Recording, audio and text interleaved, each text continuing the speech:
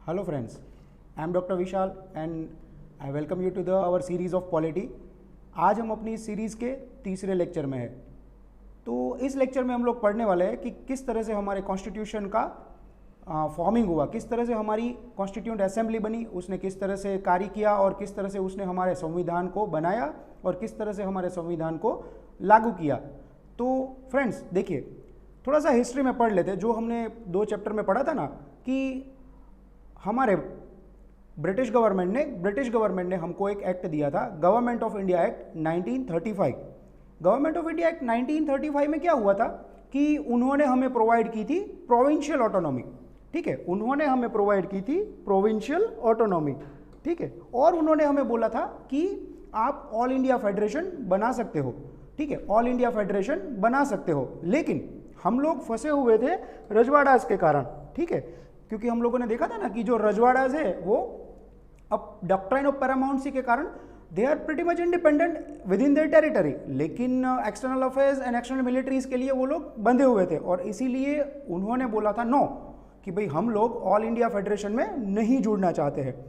तो अब हो क्या रहा था कि अगर हमें ऑल इंडिया फेडरेशन बनाना है तो हमें ये दोनों चाहिए, we need provincial autonomy, we need provinces and we need रजवाड़ास। तो यहाँ से ना हमारी मूवमेंट कुछ डायरेक्शनलेस होने लगी थी, लेकिन फिर भी हम लोगों ने ऐसा सोचा कि भाई चलो इंडिपेंडेंस तो दूर की बात है, लेकिन पहले हम लोग डोमिनियन ही हो लेते हैं।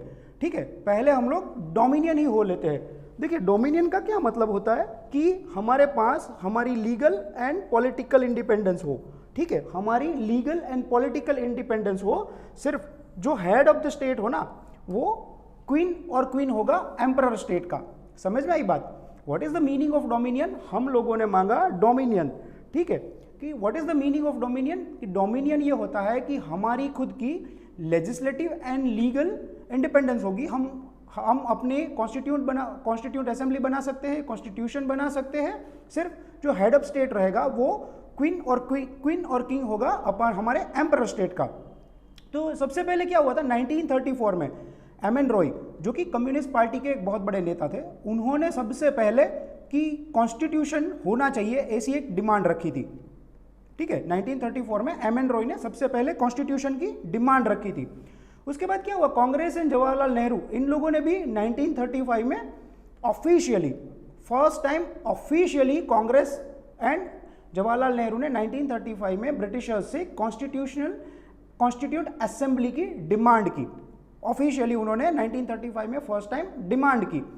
एंड जवाहरलाल नेहरू जी ने यह भी कहा था कि हमें हमारे देश का कॉन्स्टिट्यूशन बनाने के लिए एक ऐसी कॉन्स्टिट्यूंट असेंबली चाहिए जो कि एडल्ट फ्रेंचाइज, ठीक है, एडल्ट फ्रेंचाइज के माध्यम से चुनी गई हो और उसमें किसी भी एक्सटर्नल पावर का इन्फ्लुएंस ना रहे। ठीक है, समझ में आई बात? जवाहरलाल नेहरू ने पहली बार एक ऐसी डिमांड की थी कि हम लोगों को हमारा कॉन्स्टिट्यूशन बनाने के लिए एक ऐसी कॉन्स्टिट्यूंट असेंबली चाहिए जो कि एडल्ट फ्रेंचाइज यानी कि वयस्क मताधिकार के आधार पर चुनी गई हो और उसके ऊपर किसी भी बाहरी शक्ति का इन्फ्लुएंस ना हो।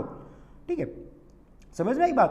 अब हो ये रहा था कि ये सब डिमांड्स वगैरह तो चल रहे थे, लेकिन प्रिंसली स्टेट जो है ना वो हमसे जुड़ना नहीं चाहते थे। जो रजवाड़ास है ना वो अलग थलग रह रहे थे। तो अब हो क्या कर सकते हैं हम लोग कि हम इन लोगों को भी अपने साथ लेकर चल सके? तो देखिए, हुआ ये कि लक फेवर्ड अस। ठीक है, लक ने हमको फेवर किया। इन 1940 यूरोप में अ मैन कॉल्ड हिटलर, ठीक है, you all know him. In 1940 a man called Hitler ने क्या किया? हिटलर ने यूरोप में ब्रिटेन पर अटैक कर दिया। उस टाइम पे वर्ल्ड वॉर चल रही थी, वर्ल्ड वॉर 2 चल रही थी। ठीक है, तो हिटलर ने क्या किया कि हिटलर ने उस टाइम पे 1940 में ब्रिटेन पर अटैक कर दिया। अब हो ये रहा था कि ब्रिटिश एम्पायर का खुद का अस्तित्व फंसा हुआ था। भाई हिटलर का अटैक इतना ज़्यादा पावरफुल था कि ब्रिटेन की खुद की जो सॉवरेनिटी थी, जो खुद की अस्तित्व थी, उसके ऊपर संकट आ गया था। तो अपनी टेरिटरी को, अपनी कॉलोनी को बचाने की बात तो बहुत दूर रही। अब उस टाइम पे है ना हमारे जो वाइसरॉय थे ना वो थे लॉर्ड लिनलिथगो। ठीक है, लॉर्ड लिनलिथगो। लॉर्ड लिनलिथगो उस टाइम पे हमारे वाइस रॉय थे। उन्होंने क्या किया, लॉर्ड लिनलिथगो ने बिना हमसे पूछे, लॉर्ड लिनलिथगो ने बिना हमसे पूछे ऐसा डिक्लेयर कर दिया कि India is in a war with Germany. ठीक है, लॉर्ड लिनलिथगो ने बोला कि India is in a war with Germany. भाई हम लोगों को ये बहुत बुरा लगा। ठीक है, कांग्रेस, गांधी जी है, मुस्लिम लीग एटसेट्रा ऑल लोगों ने बोला कि भाई ये क्या है, एक और आप हमने बोल रहे हो कि हम आपको डोमिनियन स्टेटस देने वाले हैं, हम आपको रिस्पॉन्सिबल गवर्नमेंट बनाने वाले हैं, और आप बिना हमसे पूछे हमको वॉर में इंडल्स कर रहे हो, आप हमें वॉर में डाल रहे हो। ठीक है, देन तो सत्याग्रह ने ये सब होता रहा। ठीक है, बहुत ज़्यादा अपोजिशन हुई लॉर्ड लिनलिथगो की बहुत ज़्यादा अपोजिशन हुई। दूसरा, उस टाइम पे एक बड़ी चीज़ ये हो रही थी कि जापान, ठीक है, जापान की जो एम्परर थी ना, उसने एशिया पर अटैक करना शुरू कर दिया। ठीक है, जापान ने एशिया पर अटैक करना शुरू कर दिया। तो अब क्या हुआ, लॉर्ड लिनलिथगो ने हमें एक ऑफर दी इन अगस्त 1940। ठीक है, इन अगस्त 1940 लॉर्ड लिनलिथगो ने हमें एक ऑफर दी कि भाई इंडियंस, आप हमें वर्ल्ड वॉर 2 में हेल्प करो। ठीक है, आप हमें वर्ल्ड वॉर 2 में हेल्प करो। आफ्टर दी वर्ल्ड वॉर 2 हम लोग आपको सीधा डोमिनियन स्टेटस दे देंगे। ठीक है, we will give you directly a dominion status. आप लोग हमें वर्ल्ड वॉर 2 में हेल्प करो, हम आपको वर्ल्ड वॉर 2 के बाद डायरेक्टली डोमिनियन स्टेटस दे देंगे। फिर आप चाहे अपना कॉन्स्टिट्यूशन असेंबली बनाओ, फिर उसके हिसाब से आप अपनी कॉन्स्टिट्यूशन बनाओ और आप अपना गवर्नेंस चलाओ। तो इसे कहा जाता है ऑगस्ट ऑफर 1940। अब देखो, ऑगस्ट ऑफर जो था ना, it was proposed by the Lord Linlithgow. British government ने इसको एक प्रिंसिपल एक्सेप्टेंस दी थी। ठीक है, वर्ड याद रखना, प्रिंसिपल एक्सेप्टेंस। उन्होंने बोल दिया था कि भाई ठीक है, आप हमें वर्ल्ड वॉर 2 में हेल्प करो, हम आपको वर्ल्ड वॉर 2 के बाद सीधा डोमिनियन स्टेटस दे देंगे। लेकिन कहीं पर लिखा हुआ कुछ नहीं था। ठीक है, देयर इज नथिंग रिटन।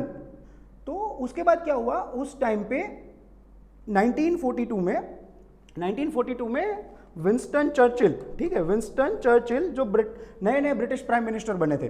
ठीक है, विंस्टन चर्चिल जो कि नए नए ब्रिटिश प्राइम मिनिस्टर बने थे, उन्होंने क्या किया, उन्होंने अपनी कैबिनेट के 3 मेंबर, ठीक है, अपनी कैबिनेट के 3 member sir Stafford Cripps, Pethick Lawrence and A V Alexander, ठीक है, sir Stafford Cripps, Pethick Lawrence and A V Alexander, इन तीनों को इंडिया में भेजा एज ए कैबिनेट मिशन। ठीक है, एज ए कैबिनेट मिशन 1। हालांकि उसके जो हेड थे ना, वो थे सर स्टैफोर्ड क्रिप्स। इस ग्रुप के जो हेड थे ना, वो थे सर स्टैफोर्ड क्रिप्स। तो इसको पॉपुलरली क्रिप्स मिशन भी बोला जाता है। ठीक है, यू कैन सी, इसको पॉपुलरली क्रिप्स मिशन भी बोला जाता है। तो विंस्टन चर्चिल ने इंडिया में भेजा क्रिप्स मिशन इन 1942। क्यों भेजा, तो to formalize the August offer. ठीक है, ये याद रखना चीज। क्रिप्स मिशन इंडिया में क्यों आया था, तो क्रिप्स मिशन इंडिया में आया था to formalize the August offer. August offer में वाइसरॉय ने जो भी हमें बोला था ना कि हम आपको डोमिनियन स्टेटस दे देंगे आफ्टर दी वर्ल्ड वॉर 2, उसको फॉर्मलाइज करने के लिए, उसको डॉक्यूमेंटेड करने के लिए उन्होंने क्रिप्स मिशन को भेजा इंडिया में। क्रिप्स मिशन ने क्या बोला, ठीक है भाई, आप लोग हमें वर्ल्ड वॉर 2 में हेल्प करो, हम आपको डायरेक्टली दे देंगे dominion status after the world war 2, लेकिन हमारी एक शर्त है। ठीक है, उसने एक शर्त रखी। उसने क्या शर्त रखी कि इंडियन नेशनल कांग्रेस और मुस्लिम लीग दोनों को हमारी शर्त माननी पड़ेगी, तभी जाकर हम आपको डोमिनियन स्टेटस देंगे।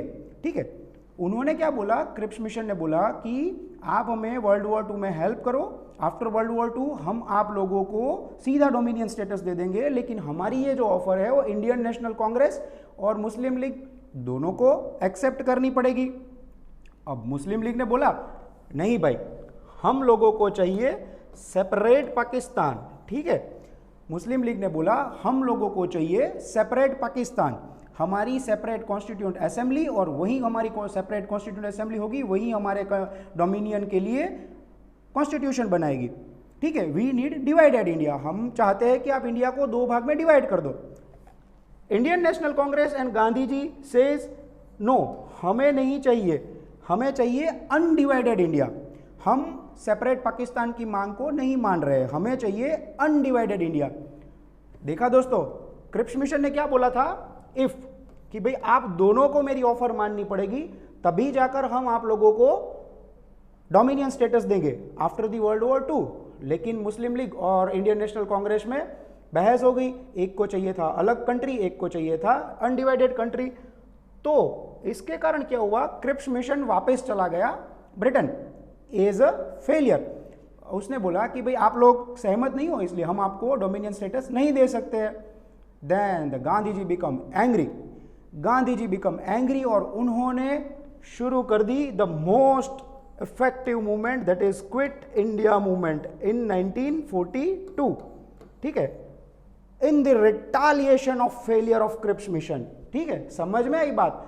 इन retaliation of failure of Cripps mission Mahatma Gandhi ने 1942 में शुरू कर दी quit India movement, the most effective movement in the independence of India.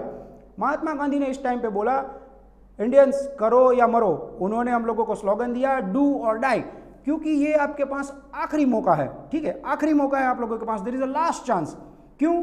क्योंकि ये जो ब्रिटिशर्स है ना, ये हमारे साथ चीटिंग कर रहे हैं, ब्रिटिशर्स हमारे साथ चीटिंग कर रहे हैं। उन्होंने बोला कि भाई ब्रिटिशर्स आपका काम है, आप अपने वादे पे मौकूफ रहो। आप लोगों ने बोला था कि आप हमें डोमिनियन स्टेटस दोगे, आप हमें डोमिनियन स्टेटस दो।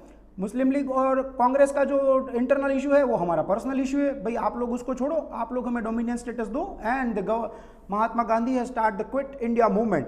फिर बहुत ज़्यादा ऑपोजिशन हुआ by the quit India movement. And again in 1946 British prime minister had send the second cabinet mission. ठीक है, it is popularly known as a cabinet mission of 1946। ठीक है, उसके बाद 1946 में दूसरा कैबिनेट मिशन इंडिया में आया। इसने क्या किया, इसने भी वही ऑफर रखी कि भाई हम आपको डायरेक्टली डोमिनियन स्टेटस दे देंगे। ठीक है, आपकी अपनी कॉन्स्टिट्यूंट असेंबली होगी। ठीक है, आप अपना कॉन्स्टिट्यूशन बनाओ, लेकिन हमारी शर्त यह है कि कांग्रेस और मुस्लिम लीग, ठीक है, दोनों को हमारी बात माननी पड़ेगी। ठीक है, कैबिनेट मिशन ने भी यही बोला कि हम आपको डोमिनियन स्टेटस देंगे, आप अपनी कॉन्स्टिट्यूंट असेंबली बनाओ, आप अपना कॉन्स्टिट्यूशन बनाओ, लेकिन आप दोनों को हमारे साथ, मतलब दोनों को हमारी ऑफर माननी पड़ेगी। फिर से मुस्लिम लीग वालों ने बोला कि नहीं भाई, हम लोगों को तो अलग पाकिस्तान चाहिए, हम लोग साथ में नहीं रहना चाहते। गांधी जी, नेहरू जी और कांग्रेस ने बोला भाई नहीं, हमें तो अनडिवाइडेड इंडिया चाहिए। Again this disputed start. लेकिन इस कैबिनेट मिशन ने क्या किया, इसने मुस्लिम लीग को बोला कि हम लोग क्या करते हैं, लेट्स इलेक्शन को होने दो। ठीक है, इसने बोला भाई आप बैठो, बात की बात में सोचते हैं, पहले इलेक्शन करते हैं। ठीक है, कॉन्स्टिट्यूंट असेंबली ने, आप कॉन्स्टिट्यूंट असेंबली का इलेक्शन हो जाने दो। मुस्लिम लीग को, इंडियन नेशनल कांग्रेस को कन्विंस किया कि भाई आप पहले इलेक्शन हो जाने दो, बाद में हम लोग देखते हैं। ठीक है, कि क्या करना है। और मुस्लिम लीग और कांग्रेस दोनों ने कैबिनेट मिशन 1946 की ऑफर को मान लिया। And by the cabinet mission 1946 हमारी कॉन्स्टिट्यूएंट असेंबली फॉर्म की गई। तो बच्चों ये बात याद रखना कि कॉन्स्टिट्यूएंट असेंबली किसने बनाई थी। अगर ऐसा क्वेश्चन आता है तो आप लोग लिख के आओगे कैबिनेट मिशन 1946। अब कैबिनेट मिशन 1946 के द्वारा कॉन्स्टिट्यूएंट असेंबली के जब इलेक्शन होने थे ना, तो कुछ सीट्स का प्रावधान किया गया था। उस टाइम पे हमारी पॉपुलेशन जो थी ना तकरीबन 39 करोड़ थी।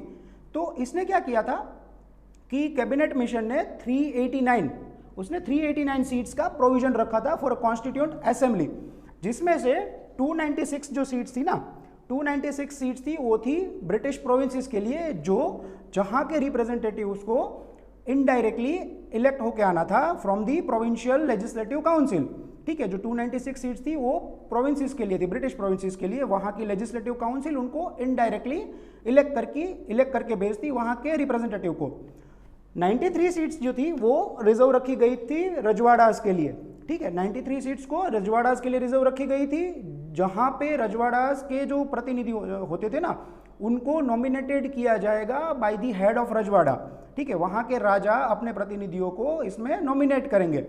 तो इस तरह से इसने क्या किया था कि कैबिनेट मिशन ने on the proportion of population seats का बंटवारा किया था। जो प्रोविंसेस और रजवाड़ास थे ना, उसमें पॉपुलेशन के आधार पर तकरीबन हर 10 लाख पर एक सीट, इस तरह से उसने सीट का आवंटन किया हुआ था। अब जो प्रोविंसेस थे ना, जो 296 थी ना हमारी प्रोविंसेस की, उसमें सीटों को 3 रिलीजियस कैटेगरी में बांटा हुआ था। ठीक है, मुस्लिम्स, सिख्स एंड जनरल, जो कि other than Muslim and Sikhs. ठीक है, ये आप देख सकते हो कि मुस्लिम 6 and other than Muslim and 6 like general. और इस तरह से उन्होंने जो ब्रिटिश प्रोविंसेस थे ना उसमें सीटों का बंटवारा किया हुआ था। दूसरा इसने ऐसा किया था कि इसने प्रोपोर्शनल रिप्रेजेंटेशन रखा था। जैसे हम लोगों ने देखा ना कि हर 10 लाख पर एक सीट, इस तरह से उसने प्रोपोर्शनल रिप्रेजेंटेशन का सहारा लिया था। और इसमें सिंगल ट्रांसफरेबल वोट के आधार पर मतदान किया गया था। सिंगल ट्रांसफरेबल वोट इस प्रोसीजर के आधार पर मतदान किया था। ये सब हम पढ़ेंगे आगे, जब हम हमारा पार्लियामेंट वाला चैप्टर पढ़ेंगे ना, तब हम पढ़ेंगे कि what are the type of election, what are the type of representation. ठीक है, वो सब हम अपने जैसे जैसे आगे आगे पढ़ते जाएंगे, हर एक चीज़ आपको समझ में आती जाएगी। अभी आप लोग याद रखिए कि यहाँ पर 296 फॉर प्रोविंसेस थी और 93 सीट्स थी फॉर रजवाड़ास। ठीक है, अब देखिए हुआ क्या, जुलाई अगस्त 1946 में कॉन्स्टिट्यूएंट असेंबली के इलेक्शन हुए। जुलाई अगस्त 1946 में कॉन्स्टिट्यूएंट असेंबली के इलेक्शन हुए। उसमें क्या हुआ कि कांग्रेस को मिली 208 सीट, मुस्लिम लीग को मिली 73 सीट्स और 15 सीट मिली अदर्स को, जो किसी पार्टी से जुड़े हुए नहीं थे, उन लोगों को 15 सीट मिली अदर्स को। अब देखो पिक्चर यहाँ पे ऐसे आ गई कि मुस्लिम लीग को मिली 73 सीट्स, तो जिन्ना और मुस्लिम लीग को लगा कि भाई अब हमारा अलग पाकिस्तान का जो फंडा है वो कभी हो नहीं पाएगा, अब we can never get a separate Pakistan. तो उन लोगों ने क्या किया, उन लोगों ने कॉन्स्टिट्यूएंट असेंबली को बॉयकॉट कर दिया। And they never participate in the constituent assembly. अब फिर क्या हुआ कि जो 208 सीट कांग्रेस को मिली थी, 15 सीट अदर्स को मिली थी, उन लोगों ने मिलकर कॉन्स्टिट्यूएंट असेंबली बनाई और उनकी काम करने की प्रक्रिया शुरू की। फर्स्ट टाइम हमारी कॉन्स्टिट्यूएंट असेंबली मिली 9 दिसंबर 1946 को। उस दिन क्या हुआ था, डॉक्टर सच्चिदानंद सिन्हा को हमारे टेम्पररी प्रेसिडेंट बनाया गया था। देखिए टेम्पररी प्रेसिडेंट वाला जो फंडा है ना, वो हम लोगों ने फ्रांस से लिया हुआ था। फ्रांस में आज भी इस तरह से प्रोसीजर है कि जब पहली बैठक मिलती है ना लोकसभा की या वहाँ की जो भी संसद का जो पार्ट रहता है, जो इलेक्टेड पार्ट, उसकी जो फर्स्ट बैठक मिलती है ना, उसमें जो सबसे वरिष्ठ नेता होते हैं ना, उसको वो लोग टेम्पररी स्पीकर या फिर टेम्पररी प्रेसिडेंट के तौर पे उनको नॉमिनेट करते हैं। इस फर्स्ट बैठक में हम लोगों ने देखा उस तरह से मुस्लिम लीग ने बॉयकॉट की थी इस मीटिंग को। उन्होंने कॉन्स्टिट्यूएंट असेंबली के सेशन को बॉयकॉट किया था, क्योंकि उन लोगों को लग रहा था कि अब हमारे सेपरेट पाकिस्तान की मांग कभी खत्म होने वाली, पूरी होने वाली है नहीं। उसके बाद 11 दिसंबर 1946 को कॉन्स्टिट्यूएंट असेंबली की दूसरी सेशन हुई। इस सेशन में प्रेसिडेंट के इलेक्शन करवाए गए and doctor Rajendra Prasad was the first permanent elected president of our constituent assembly. ठीक है दोस्तों, doctor Rajendra Prasad was the first permanent elected president of our constituent assembly. दूसरा, इसने एच.सी. मुखर्जी और वी.टी. कृष्णमाचारी, इन दोनों को as a vice president elect किया। उसके बाद क्या हुआ, अब ये सब जो फॉर्मेलिटीज थी वो सब यहाँ पर खत्म हो गई। अब उन्होंने 13 दिसंबर 1946 को अपना काम शुरू किया इन द थर्ड सेशन। उस दिन 13 दिसंबर 1946 को पंडित जवाहरलाल नेहरू ने एक रेजोल्यूशन लाया जिसको बोला जाता है ऑब्जेक्टिव रेजोल्यूशन। ठीक है, पंडित जवाहरलाल नेहरू ने मूव किया objective resolution in the constituent assembly on 13 दिसंबर 1946, जो कि बहुत बाद में जाके लेटर ऑन आपके जो कॉन्स्टिट्यूशन का प्रीएम्बल है ना, हमारा प्रीएम्बल है ना, उसका बहुत बड़ा पार्ट इस ऑब्जेक्टिव रेजोल्यूशन में से लिया गया है। तो it is the important of this objective resolution. अब हुआ क्या था, ऑब्जेक्टिव रेजोल्यूशन तो पंडित जवाहरलाल नेहरू ने ला दिया, लेकिन उस टाइम पे हमारे जो कॉन्स्टिट्यूएंट असेंबली के लोग थे ना, जो हमारे फोर फादर्स थे ना, they were very very very large hearted. उन्होंने लगा कि यार मुस्लिम लीग आज हमारे साथ है नहीं, उन्होंने अब तक हमारा बहुत अच्छे से साथ दिया है, we should get them back. उन्होंने, डॉक्टर राजेंद्र प्रसाद जी ने क्या किया कि जिन्ना जी को लेटर लिखे, उनको बोला कि भाई जिन्ना जी आप हमारे साथ आ जाओ, हम लोग साथ मिलके कॉन्स्टिट्यूशन बनाते हैं, देश को आगे बढ़ाते हैं, वी नीड योर हेल्प। लेकिन जिन्ना जी की ओर से या मुस्लिम लीग की ओर से कोई आंसर नहीं मिला। और उस टाइम पे देश में है ना बहुत ज़्यादा रायोट्स हो रहे थे। ठीक है, बहुत ज़्यादा कम्युनल रायोट्स हो रहे थे and the situation was very bad at that time. तो कॉन्स्टिट्यूएंट असेंबली ने क्या किया कि 22 जनवरी 1947 के दिन इस ऑब्जेक्टिव रेजोल्यूशन को पास कर दिया। ठीक है, कॉन्स्टिट्यूंट असेंबली ने 22 जनवरी 1947 को इस ऑब्जेक्टिव रेजोल्यूशन को पास कर दिया। Then what happened on 20 February 1947, British prime minister Clement Attlee, ठीक है, British prime minister Clement Attlee ने एक अनाउंसमेंट की कि भाई मैक्सिमम 30 जून 1948 तक, ठीक है, मैक्सिमम 13 जून 1948 तक British rule will be and from the India. ठीक है, क्लेमेंट एटली ने बोला कि 30 जून 1948 तक हम लोग इंडिया से चले जाएंगे। यार ये थोड़ा सरप्राइजिंग हो गया। हम लोग बोल रहे थे कि ब्रिटिशर्स आप कब जाओगे, और अब इन लोगों ने बोला कि आप चले जाओ। अब हम लोग जाने वाले हैं, तो हम लोग सरप्राइज हो गए कि भाई अब क्या करेंगे। क्यों सरप्राइज हो गए? हम इसलिए सरप्राइज हो गए क्योंकि अभी तक हमारे पास कॉन्स्टिट्यूशन नहीं था, हम लोगों को पता नहीं था कि हम लोगों को रूल कैसे करना है, तो इसके कारण थोड़ा कंफ्यूजन हो गया। देन हुआ क्या, अभी भी हम लोग फंसे हुए थे कि मुस्लिम लीग हमारे साथ नहीं आ रही थी। अगर हम कॉन्स्टिट्यूशन बना भी लेंगे तो उसको एक्सेप्टेंस मिलेगी कि नहीं मिलेगी, ठीक है, इंडिया की फ्यूचर पोजीशन क्या होगी, ये सब में हम लोग फंसे पड़े हुए थे। तब क्या हुआ, मार्च 1947 में, ठीक है, मार्च 1947 में लॉर्ड माउंटबेटन, ठीक है, लॉर्ड माउंटबेटन इंडिया के वाइसरॉय बनकर आए। मार्च 1947 में लॉर्ड माउंटबेटन इंडिया के वाइसरॉय बन के आए। उन्होंने क्या किया, उन्होंने 3 जून 1947 को कांग्रेस, मुस्लिम लीग, जिन्ना जी, नेहरू जी, सबको बुलाया, सबको साथ में बिठाया और डिस्कस किया कि भाई प्रॉब्लम क्या है, ठीक है, आप लोगों को प्रॉब्लम क्या है। हम लोग जा रहे हैं, आपको अपनी डोमिनियन स्टेटस मिल गई है, मिलने वाली है, आप लोग अपना कॉन्स्टिट्यूशन बनाने वाले हो, देन प्रॉब्लम क्या है, क्यों ये सब हो रहा है। देन क्या हुआ कि मुस्लिम लीग ने बोला हम लोगों को चाहिए सेपरेट पाकिस्तान, ठीक है, हम लोगों को चाहिए separate Pakistan. And the lord Mountbatten ने फर्स्ट टाइम एवर जो सेपरेट पाकिस्तान की मांग थी ना, उसको एक्सेप्ट कर लिया।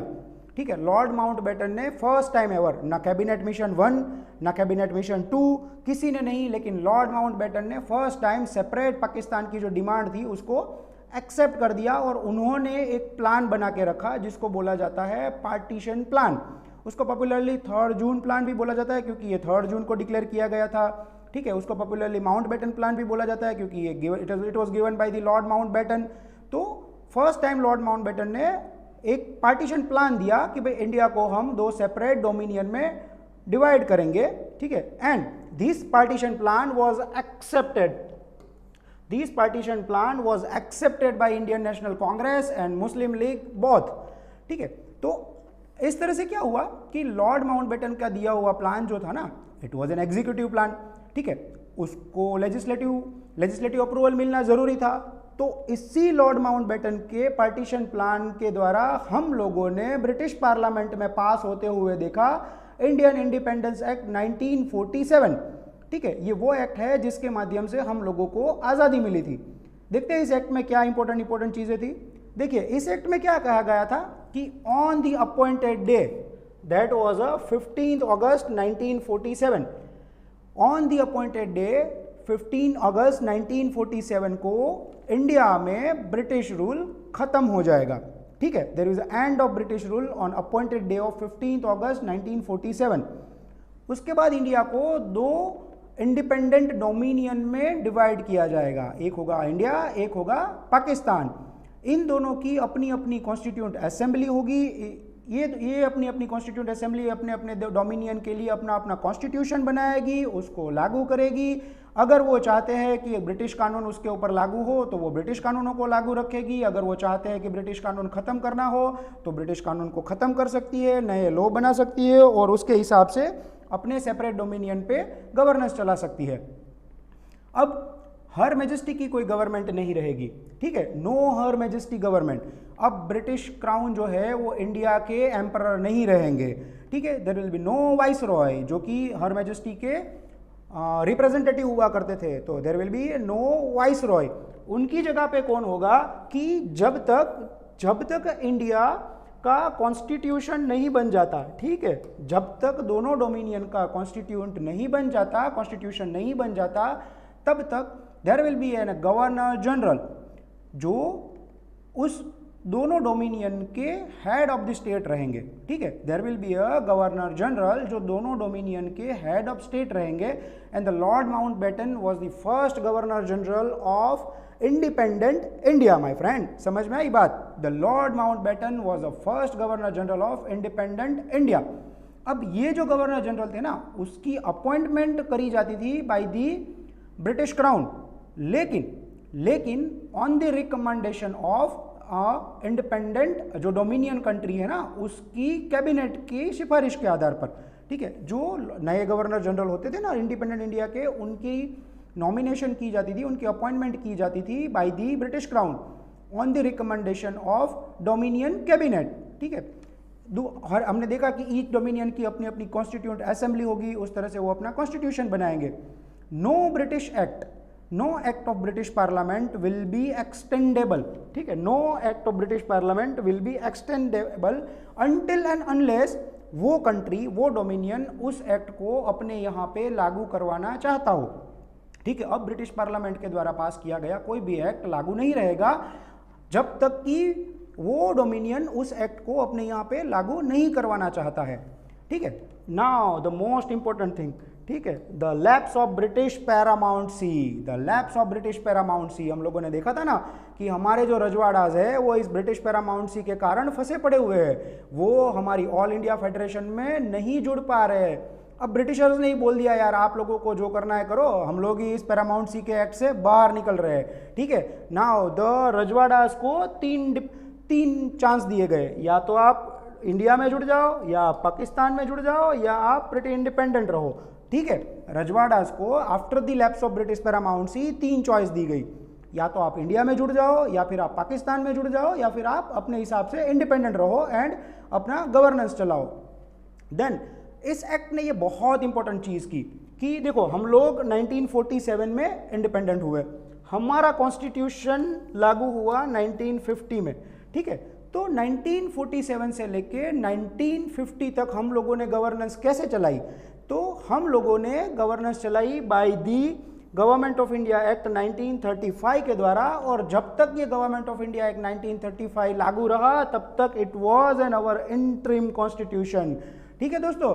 हमारे संविधान के आर्टिकल 395 में इस तरह से लिखा हुआ है कि the Indian independence act 1947 and the government of India act 1935 are hereby repealed, ठीक है दोस्तों। इस तरह से पढ़ा जाता है हमारे article 395 of the our constitution that the Indian independence act 1947 and the government of India act 1935 are hereby repealed, कि हम लोग इन दोनों एक्ट को यहाँ पर खत्म कर रहे हैं जिस दिन हमारा संविधान लागू हुआ, ऑन द डे ऑफ 26 जनवरी 1950, ठीक है दोस्तों। तो इस तरह से हम लोगों ने क्या किया कि जो हमारा गवर्नमेंट ऑफ इंडिया एक्ट 1935 था, जो कि हमारा इंटरिम कॉन्स्टिट्यूशन था, उसको हम लोगों ने रिपील्ड किया। नाउ हम लोग देख लेते हैं कि कुछ functions of our constituent assembly ने काम कैसे किया, ठीक है। देखिए कॉन्स्टिट्यूएंट असेंबली थी ना, वो एक सॉवेरेन बॉडी थी, भले ही वो इनडायरेक्टली इलेक्टेड बॉडी थी, लेकिन उसके जो मेंबर्स थे ना, वो लोग अपने हिसाब से डिसीजन ले सकते हैं। कॉन्स्टिट्यूएंट असेंबली के ऊपर किसी भी आउटर पावर्स का कोई इन्फ्लुएंस नहीं था, जैसे कि पंडित जवाहरलाल नेहरू ने 1938 में मांगा था, उस तरह से it was an sovereign body, ठीक है। दूसरा, कॉन्स्टिट्यूएंट असेंबली 2 काम करती थी, वो है ना हमारे कॉन्स्टिट्यूशन को भी बनाती थी, साथ में हमारे देश के लिए कुछ आम कानूनों को भी बनाती थी। समझ में आए बात? It was a constituent assembly also and it was a legislative body also. It was work as a dual. जब है ना constituent assembly as a body for constitution, ठीक है, जब कॉन्स्टिट्यूएंट असेंबली कॉन्स्टिट्यूशन को बनाने के लिए मिलती थी ना, तब उसके अध्यक्ष होते थे डॉक्टर राजेंद्र प्रसाद, ठीक है। जब कॉन्स्टिट्यूएंट असेंबली कॉन्स्टिट्यूशन को बनाने के लिए मिलती थी ना, तब उसके अध्यक्ष होते थे डॉक्टर राजेंद्र प्रसाद जी। जब constituent assembly as a legislative body, यानी कि हमारी लोकसभा के तौर पे मिलती थी ना, तब उसके अध्यक्ष होते थे जीवी मावलंकर, ठीक है। ये बात याद रखिएगा कि जब हमारी constituent assembly as a legislative body मिलती थी ना, जब उसकी meeting as a legislative body होती थी ना, तब हमारे उसके अध्यक्ष होते थे जीवी मावलंकर सर। नाउ उसने क्या किया, हमारी कॉन्स्टिट्यूएंट असेंबली ने मई 1949 में इंडिया की कॉमनवेल्थ कंट्रीज में, जो कॉमनवेल्थ ग्रुप है उसमें मेंबरशिप को रेटिफाई किया, उसने एक्सेप्ट की मेंबरशिप ऑफ कॉमनवेल्थ। और उस तरह से क्या होता है कि कॉमनवेल्थ जो स्टेट होते थे ना, उसके जो हेड होते थे ना, वो ब्रिटिश क्राउन होते थे। तो कॉन्स्टिट्यूंट असेंबली ने 1949 में कॉमनवेल्थ स्टेट्स की मेंबरशिप को रेटिफाई किया। इसने जुलाई 22, 1947 को हमारे नेशनल फ्लैग, जो कि हमारा तिरंगा है, उसको एक्सेप्ट किया। दूसरा, इसने जनवरी 24, 1950, ठीक है, 24 जनवरी 1950, जिस दिन कॉन्स्टिट्यूंट असेंबली की आखिरी सेशन हुई थी, ठीक है, ये डेट याद रखिएगा, जनवरी 24, 1950 को कॉन्स्टिट्यूंट असेंबली की आखिरी सेशन हुई थी। उस दिन कॉन्स्टिट्यूंट असेंबली ने हमारी नेशनल एंथम, जो कि जन गण मन है, हमारा नेशनल सॉन्ग, जो कि वंदे मातरम है, उस दोनों को अडॉप्ट किया। And it has elected doctor Rajendra Prasad ji as a first president of independent India. ठीक है दोस्तों, ये चीज़ बहुत ज़्यादा इंपॉर्टेंट है कि कॉन्स्टिट्यूंट असेंबली ने national anthem, national song and doctor Rajendra Prasad as a first president of independent India इसको अडॉप्ट किया। देन देखिए, हमने देखा कि last session was held on 24 January 1915, ठीक है। उस दिन क्या हुआ कि हमारा कॉन्स्टिट्यूशन का जो ड्राफ्ट है ना, it was approved by the constituent assembly, और उसके ऊपर 284, देखो दोस्तों ये चीज याद रखिएगा कि उसके ऊपर 284 सदस्यों के सिग्नेचर्स हुए, और उस दिन हमारा संविधान कंप्लीट हो गया। It was passed by the constituent assembly. अब हमारे संविधान का कुछ पार्ट जो है ना, कुछ आर्टिकल्स हम लोगों ने उसी दिन 26 नवंबर 1949 को अडॉप्ट कर लिए, ठीक है, जिस दिन हमारा संविधान पास हो गया। 26 नवंबर 1949 को हम लोगों ने कुछ भाग को अडॉप्ट कर लिया, उसको लागू कर दिया। The rest of part of Constitution was adopted on 26 जनवरी 1950, ठीक है, याद रहेगी बात। हम लोगों ने कॉन्स्टिट्यूशन का कुछ पार्ट 26 नवंबर 1949 को अडॉप्ट कर लिया, बाकी का पार्ट, जो मेजर पार्ट बाकी रहा था, उसको हम लोगों ने अडॉप्ट किया 26 जनवरी 1950 को। Why this 2 month gap? Because it has some historical mean. देखिए हुआ क्या था कि 1920 में कांग्रेस का लाहौर 1929 में लाहौर का कांग्रेस अधिवेशन हुआ था। उसमें हम लोगों ने 26 जनवरी 1930 को पूर्ण स्वराज, ठीक है, पूर्ण स्वराज दिन घोषित कर दिया था। हम लोगों ने 1929 के लाहौर अधिवेशन में, कांग्रेस के लाहौर अधिवेशन में 26 जनवरी 1930 के जो दिन थे उसको पूर्ण स्वराज डिक्लेयर कर दिया था। जब हमारा कॉन्स्टिट्यूशन लागू हुआ ना, तब इसमें ओरिजिनली 395 आर्टिकल एंड 8 शेड्यूल थे, 8 शेड्यूल्स जो कि अनुसूचियाँ थी। End of course the preamble also was present in the basic structure. जो सबसे पहले हमारा कॉन्स्टिट्यूशन लागू हुआ था ना, उस दिन उसमें प्रीएम्बल भी था। नाउ कॉन्स्टिट्यूशन के फॉर्मेशन में सबको अलग अलग रिस्पॉन्सिबिलिटीज दी गई थी in the form of committee. इसमें ना there are 8 major committee and कुछ माइनर कमिटीज़ है। तो आइए देख लेते हैं मेजर वाली कमिटीज़ कौन कौन थी। वैसे तो यूपीएससी इसके ऊपर कुछ ज़्यादा क्वेश्चन अब पूछती नहीं है, लेकिन इसका कोई भरोसा नहीं है, तो आप इनको याद रख लो। कभी कभी पूछा जा सकता है कि भाई किस कमेटी के हेड कौन थे और वो क्या काम करती थी, इस तरह से। तो आइए एक बाद एक हम लोग देख लेते हैं। There was a union power committee, जिसके हेड थे जवाहरलाल नेहरू जी।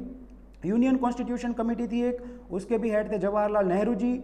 एक थी प्रोविंशियल कॉन्स्टिट्यूशन कमेटी, उसके हेड थे सरदार पटेल जी, ठीक है। There was a drafting committee which was a most important committee of our constituent assembly, और वी ऑल नो कि उसके हेड थे our doctor BR Ambedkar sir.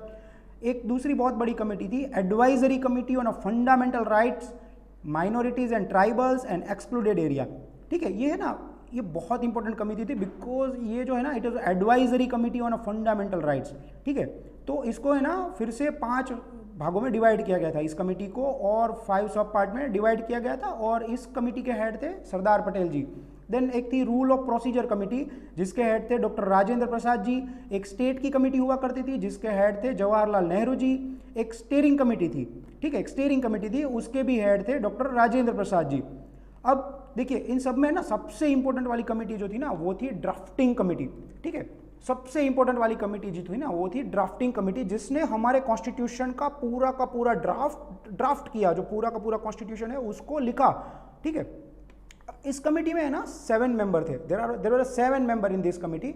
देखिए डॉक्टर BR अम्बेडकर सर जो ड्राफ्टिंग कमेटी के हेड थे, और उनको है ना फादर ऑफ कॉन्स्टिट्यूशन भी बनाया बोला जाता है, क्योंकि उन्होंने इतना ब्यूटीफुल काम किया है, उन्होंने हमारा इतना ब्यूटीफुल कॉन्स्टिट्यूशन बनाया है कि it is standing still 72 years, ठीक है। इसको बनने के बाद आज मोर देन 70 ईयर्स हो गए, लेकिन फिर भी इट इज स्टैंड स्टिल, ठीक है। तो इन्होंने इतना ब्यूटीफुल कॉन्स्टिट्यूशन बनाया है। दूसरे मेंबर्स थे N. गोपालास्वामी अयंगर, अल्लादी कृष्ण स्वामी अय्यर, डॉक्टर KM मुंशी, सैयद मोहम्मद सादुल्ला। अब देखिए ये दो लोग हैं ना, उनको आप खास याद रखिएगा, क्योंकि ये जो दोनों जो मेंबर थे ना वो बाद में ऐड हुए थे।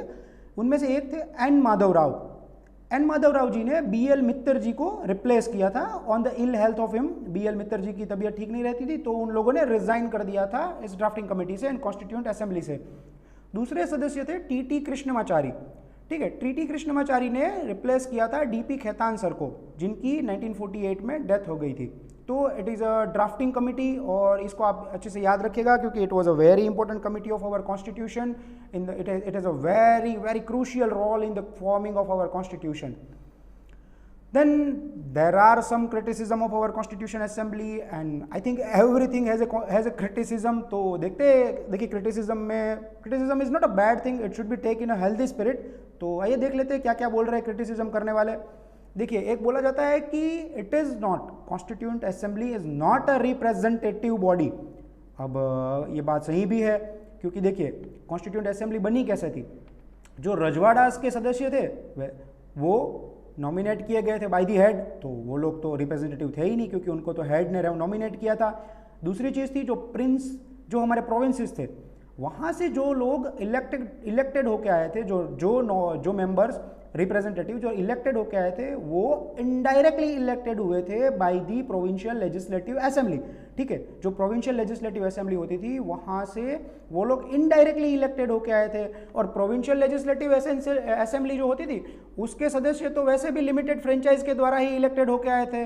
तो इसके आधार पर हम मोटे मोटे तौर पे बोल सकते हैं कि it was not an representative body, ठीक है। दूसरा, it was not a sovereign body. क्यों? क्योंकि इसको बनाया किसने था? ब्रिटिशर्स ने। और जब कॉन्स्टिट्यूएंट असेंबली की मीटिंग होती थी ना, तब वो लोग ब्रिटिश पार्लियामेंट से, ऑफकोर्स ब्रिटिश पार्लियामेंट से परमिशन लेनी पड़ती थी उन लोगों को। तो ऐसा बोला जा सकता है कि it was not a sovereign body. लेकिन दोस्तों मैं आपको एक बात बता दूं कि जब कॉन्स्टिट्यूएंट असेंबली अपना काम करती थी ना, in the process of their work, it is pretty much independent, it is pretty much sovereign body, ठीक है। तो ये क्रिटिसिज्म ठीक है। अब it was a very time consuming procedure. Constituent assembly ने हमारा कॉन्स्टिट्यूशन बनाने में बहुत ज़्यादा टाइम लगाया। आप जानते हो हमारा कॉन्स्टिट्यूशन बनाने में कॉन्स्टिट्यूएंट असेंबली को 2 साल 11 महीने और 18 दिन लगे, ठीक है। तो ये बहुत ज़्यादा टाइम उन्होंने कंज्यूम किया हमारा कॉन्स्टिट्यूशन बनाने के लिए। अब अमेरिका जैसे बड़े देश में भी 4 महीने में कॉन्स्टिट्यूशन बन गया था, 4-5 महीने में उसका कॉन्स्टिट्यूशन पूरा का पूरा ड्राफ्ट हो गया था। तो देखिए उस टाइम पे क्या था कि कॉन्स्टिट्यूएंट असेंबली ने बहुत सारे देशों के संविधानों को छाना है, उसको देखा है, परखा है, उसके बाद उसमें से अच्छी अच्छी चीज़ों को with the situation of our India, with the situation of our country, उसको अपने हिसाब से मॉडिफाई करके हमारे कॉन्स्टिट्यूशन में डाला है। तो सीधी सी बात है कि ये कोई सिंपल प्रोसीजर तो थी नहीं कि हमें अपना कॉन्स्टिट्यूशन ऐसे ही बन जाता। तो इस क्रिटिसिज्म को भी मैं इतना ज़्यादा नहीं मानता हूँ। दूसरा, it is dominated by Congress. We all know कि जब कॉन्स्टिट्यूएंट असेंबली के इलेक्शन हुए तो 208 सीट तो कांग्रेस को ही मिली थी। तो इट इज़ ऑब्वियस कि भाई it was dominated by the Congress. दूसरा, लॉयर एंड पॉलिटिकल डोमिनेशन था, ठीक है। लॉयर एंड पॉलिटिशियंस डोमिनेशन था। अब ये तो रहने ही वाला है, क्योंकि वी ऑल नो कि भाई हम लोग कॉलोनाइज थे, हम लोग by the legal and legislative mean, bye political mean हम लोग स्लेव थे। अगर हमको आज़ादी मिली है, हमको डोमिनियन स्टेटस मिला है, तो that is all because of lawyers and politicians. तो ये तो होने ही वाला था कि उनका डोमिनेंस रहेगा हमारी कॉन्स्टिट्यूएंट असेंबली में। दूसरा, it was dominated by Hindu. अब कांग्रेस की डोमिनेशन थी और कांग्रेस हिंदू बहुल पार्टी थी, तो इट इज़ आल्सो ऑब्वियस कि भाई हिंदू का डोमिनेशन रहेगा, ठीक है। तो इस तरह से आई नो कि criticism should be take in a healthy spirit, लेकिन इसमें जो क्रिटिसिज्म दिए है it was not that much pretty good. लेकिन फिर भी दोस्तों आपको एग्जाम देनी है, आप लोगों को यूपीएससी पास करनी है। अगर एग्जाम में पूछा जाता है तो आप इस तरह से कॉन्स्टिट्यूएंट असेंबली के क्रिटिसिज्म को लिख के आ सकते हो and you have to focus on your exam. ठीक है दोस्तों, तो इस तरह से आज हम लोगों ने पढ़ा कि किस तरह से हम लोगों को इंडिपेंडेंट मिली, किस तरह से हम लोगों की कॉन्स्टिट्यूएंट असेंबली फॉर्म हुई, किस तरह से कॉन्स्टिट्यूशन असेंबली ने अपना काम किया और उन्होंने बहुत ही ज़्यादा ब्यूटीफुल कॉन्स्टिट्यूशन की रचना की, जो जिसके आधार पे आज स्टिल टुडे हमारी इंडिया की गवर्नेंस चल रही है and Indians are very happy with there constituent assemblies work in forming of a constitution. तो आई होप कि आप लोगों को लेक्चर अच्छा लगा होगा, आप लोगों को कुछ सीखने को मिला होगा। दोस्तों नेक्स्ट लेक्चर में हम लोग मिलने वाले हैं with the salient feature of our constitution. हमारे कॉन्स्टिट्यूशन के कुछ अच्छी चीज़ों को मैं आपको सिखाने वाला हूँ नेक्स्ट चैप्टर में। तब तक के लिए पढ़ते रहिए, हंसते रहिए, मुस्कुराते रहिए और एक दूसरे को लेक्चर शेयर करते रहिए ताकि हम अपनी नॉलेज को, अपनी स्टडी को पूरी दुनिया में, पूरे इंडिया में, इंडिया के जो रूरल पार्ट है वहाँ पर उसको स्प्रेड कर सके, लोगों को पढ़ा सके। फिर मिलते हैं दोस्तों, तब तक के लिए जय हिंद, गुड बाय, धन्यवाद।